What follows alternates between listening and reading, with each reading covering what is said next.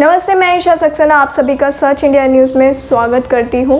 आज हम बात करने वाले हैं बंगाल की मुख्यमंत्री ममता बनर्जी के बारे में। ममता बनर्जी 5 दिन की दिल्ली यात्रा पे हैं और उनकी इस दिल्ली यात्रा को राजनीतिक रूप से बहुत ही महत्वपूर्ण माना जा रहा है।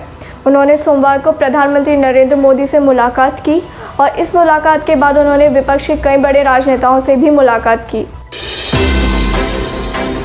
उनके इस दिल्ली दौरे को मिशन 2024 कहा जाना चाहिए। पश्चिम बंगाल चुनाव में बीजेपी के खिलाफ शानदार विजय के बाद उनकी नजर 2024 के लोकसभा चुनाव पर है। प्रधानमंत्री से मुलाकात के बाद ममता बनर्जी ने पहले मुलाकात अपने राजनीतिक रणनीतिकार प्रशांत किशोर से की। प्रशांत किशोर पहले भी विपक्ष के कई राजनेताओं से मिल चुके हैं। इससे यही लगता है कि ममता बनर्जी प्रशांत किशोर की मदद से सभी विपक्ष दलों को अपने साथ एकत्रित करना चाहती है। पत्रकारों से बातचीत के दौरान उन्होंने कहा कि एक ऐसा प्लेटफॉर्म होना चाहिए जहां सभी विपक्ष एक साथ काम करें। संसद सत्र के बाद हम एक साथ ऐसा कर सकते हैं। संयुक्त विपक्ष का चेहरा कौन होना चाहिए, इस सवाल पर ममता बनर्जी ने कहा कि मैं कोई राजनीतिक पुरुषकता नहीं हूं। मैं अपने विचार किसी पर थोपना नहीं चाहती हूं। जब हम मिलेंगे तो इस सवाल पर चर्चा करेंगे।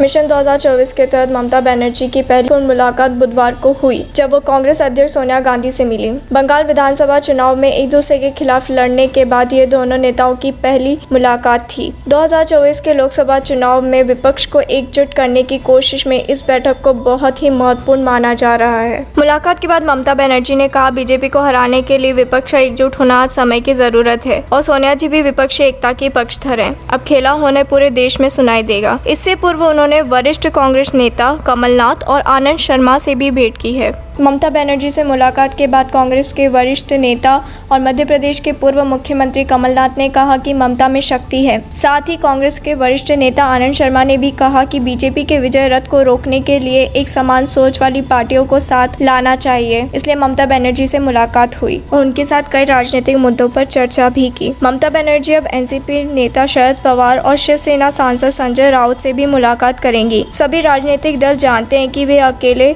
बीजेपी को लोकसभा चुनाव में नहीं रोक सकते हैं, इसलिए सभी बीजेपी को रोकने की संभावना तलाश कर रहे हैं। इन राजनीतिक परिस्थितियों में ममता बनर्जी के द्वारा विपक्ष को एकत्रित करने की यह कोशिश बीजेपी के लिए लोकसभा चुनाव में मुश्किलें खड़ी कर सकती हैं। आपको हमारे द्वारा दी गई जानकारी अच्छी लगी हो, इसे आगे शेयर करें और चैनल को सब्सक्राइब करें। धन्यवाद।